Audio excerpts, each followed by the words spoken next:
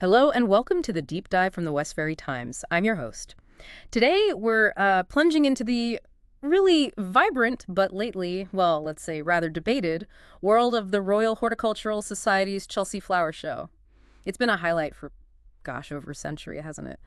But recently, there's been this kind of growing criticism. People suggesting the RHS might have maybe lost the plot a bit, straying from its roots, perhaps. Thank you for watching Westferry Times. It really is a pivotal moment, I think. For such a huge, prestigious event, Chelsea is definitely navigating some tricky terrain right now, Yeah. trying to honor tradition while also, embracing all these contemporary shifts in horticulture and society generally. Absolutely.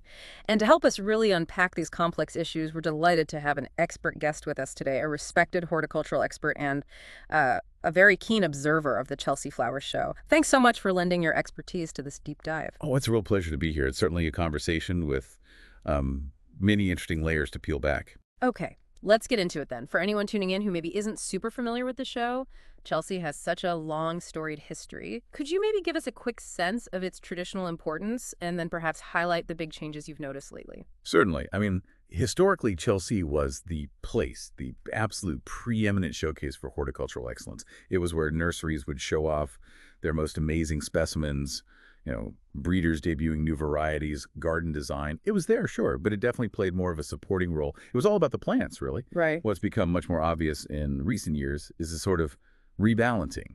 Garden design is really taking center stage now, often with these quite strong thematic narratives built in. Ah, okay. So the emphasis has shifted a bit, away from purely celebrating like amazing plants. Precisely. Now, don't get me wrong, top quality horticulture is definitely still present. Mhm. But the designs themselves, they've become much more conceptual, often tackling social issues, environmental concerns, aiming for greater inclusivity. And look, these are absolutely important conversations we need to have, no doubt. But the concern some people are raising is whether these narratives are starting to overshadow the sort of fundamental celebration of skill. Yeah. The plant diversity that was always right at the heart of Chelsea. We're maybe seeing less focus on just the sheer breadth of plant life, the real nitty-gritty of cultivation. Right. This is where it gets really interesting, isn't it? This increased focus on design, these themes. Can you give us some specific examples, things that really show this shift? Well, you see more gardens where the planting, while often very beautiful, aesthetically pleasing, it feels almost curated to fit the design concept. Rather than representing the absolute, pinnacle of horticultural achievement, the best of the best plants, regardless of theme. The emphasis might be on a specific color palette or certain materials, a very particular artistic vision. And sometimes that can actually limit the diversity, the depth of the planting itself. So you might see a garden that looks stunning, visually striking, but the plants in it, while fine, maybe aren't as rare or cutting edge as what you might have seen historically. Okay, so the people who've been going for years, the real enthusiasts who come to find unusual plants or learn specific techniques, they might be finding less of what they originally came for. That's a very real concern, yes. For many, Chelsea was like an annual pilgrimage, wasn't it? Hmm. To just soak up the very best in plant diversity, learn from the absolute experts. If the show's focus is seen to be drifting away from that core offering, well, there's a genuine risk of alienating a really knowledgeable, dedicated audience. It's a really delicate balancing act, isn't it? Between evolving and keeping that foundational appeal. Okay, let's switch gears slightly. Another area generating a lot of buzz. Environmental commitments. The RHS has certainly been talking more about sustainability. What's your take on their progress and where are the main sticking points? It's definitely good that the RHS has publicly recognized how critical sustainability is. I mean, that's step one. Things like introducing the Green Garden Audit, aiming to measure and cut the carbon footprint of the show gardens. That's a concrete step. Even though they're temporary gardens, thinking about materials, transport, waste, it encourages better practice. That does sound positive, but Yeah. the whole peat issue seems to keep coming up, doesn't it? It feels like a persistent problem. Yes, the peat commitment, or lack thereof, some might say, has been a big area of debate. Peatlands, as you know, are vital ecosystems, huge carbon stores. So the industry's reliance on peat has massive environmental implications. The RHS originally aimed for a peat-free Chelsea by 2025, that was the pledge, but now that's been pushed back to 2028.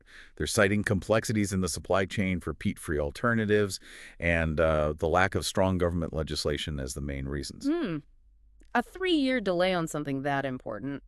It's bound to raise a few eyebrows, surely. It does. It sends a somewhat well, ambiguous message, perhaps, about how urgent the RHS really sees this issue. For many gardeners and green groups, using peat just isn't sustainable anymore, full stop.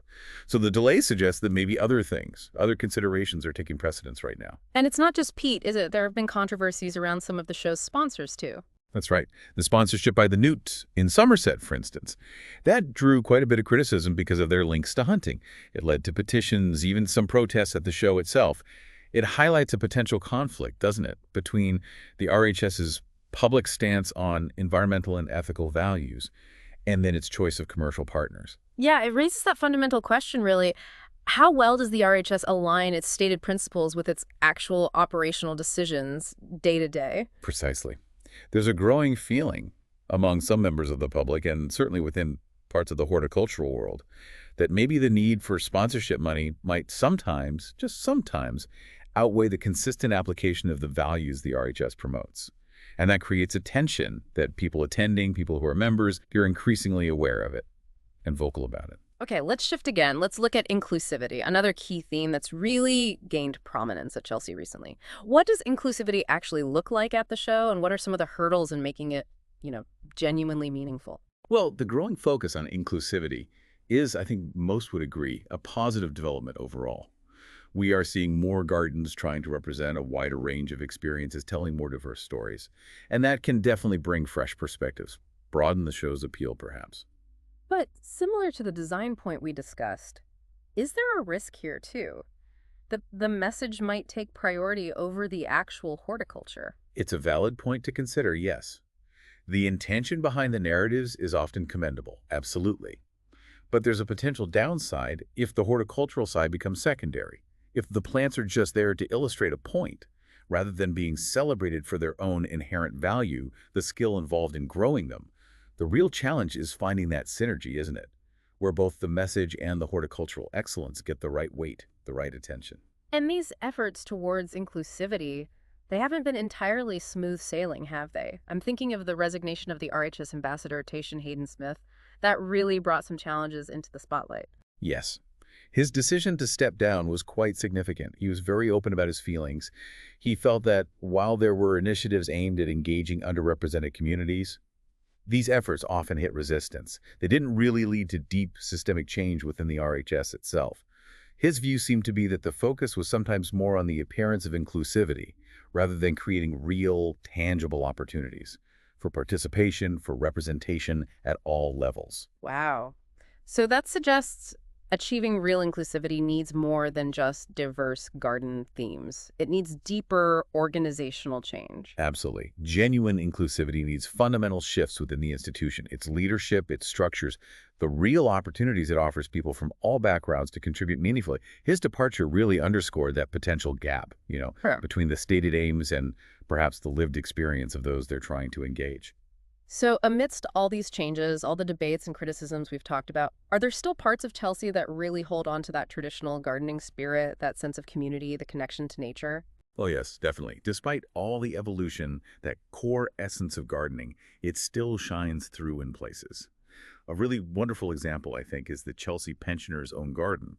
It was created with support from London Square, and it just beautifully reflects their unique history, but also, importantly, their personal connection to gardening, the therapeutic side of it. No, that sounds like a lovely contrast. A bit different from some of the more maybe overtly conceptual or commercial displays. It truly is. It's a space that feels very personal. It really embodies that nurturing aspect of gardening, the unifying power it can have. It's a valuable reminder, isn't it, that at its heart, gardening is often about a very direct, personal relationship with plants, with the earth, and the community that can build up around that shared passion. It provides a lovely counterpoint, I think, to the sometimes more message-heavy, commercially driven show gardens. This has been a genuinely illuminating deep dive into what's happening at the Chelsea Flower Show right now. It's clearly an event at a fascinating, maybe slightly uncomfortable crossroads. And as you've laid out so clearly, navigating that balance between embracing innovation and honoring its deep horticultural roots, that's going to be absolutely essential for keeping its esteemed position. Thank you so, so much for sharing your valuable insights with us today. Thank you. It was a pleasure. A really engaging discussion. And thank you to all of you for joining us for this edition of The Deep Dive on the Westferry Times. We hope this exploration has given you a richer understanding of the conversations swirling around one of the world's most famous flower shows. Do stay connected for more in-depth discussions on the topics that matter. Until next time.